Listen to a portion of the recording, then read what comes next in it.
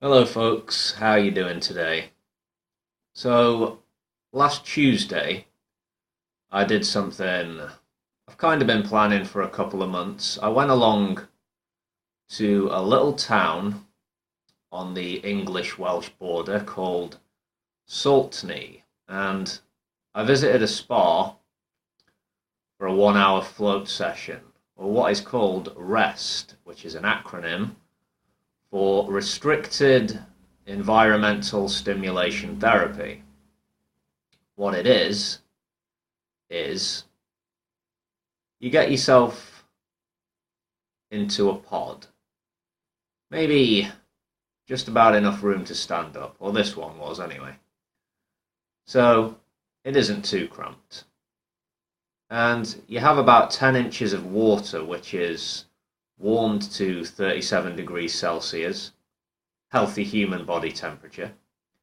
You get your earplugs, you get in there with your sexy swimming trunks on, if you're me. You close the door, turn out the lights, and you lie in this water, which contains, I'm to understand, a large amount of pharmaceutical grade Epsom salt, which is magnesium sulfate. Basically, you float in this tank, pod, whatever, as if weightless. You can't see a thing, and you float there with your head back, staying very still. After a while, because of the outside temperature matching the internal temperature, I guess, you stop noticing your arms and legs.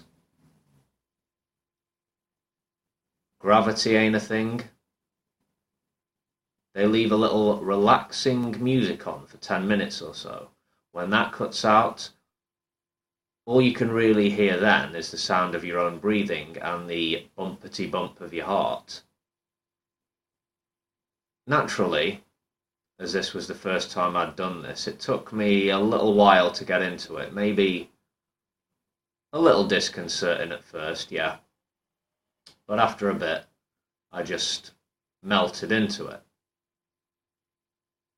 It's kind of strange coming off of a noisy street, having just been on a train and then a taxi. Then you get into this tank where your sense of the world, your key senses, are turned off or turned down in a very real way.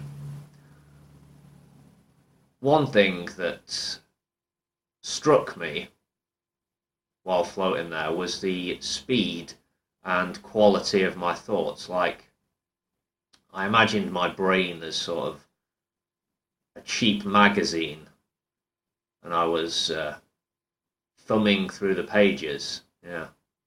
But that gave way to a relaxed, more slowed thinking, but no real focus as such, just drifting from one thought to the next.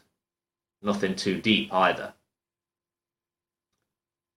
I did start to have, after a while, what I would call some mild hallucinations. See, eyes don't like it so much when they have no sensory input, no light. It's pitch black in there. You have to check whether your eyes are open or closed. The only other experience I've had like that was cave walking in Malaysia. Anyway, in the tank, your eyes just say, okay, you're giving me nothing, I'm just going to start making shit up, buddy. Of course, it's your brain doing that, not your eyes, but anyway. It was interesting. I was getting this sort of ringed tunneling effect, fading away, like, yeah. And I did pretty much lose track of time. I was in there for the full hour. I got out, had a shower, got dressed, paid my dues, back onto the street.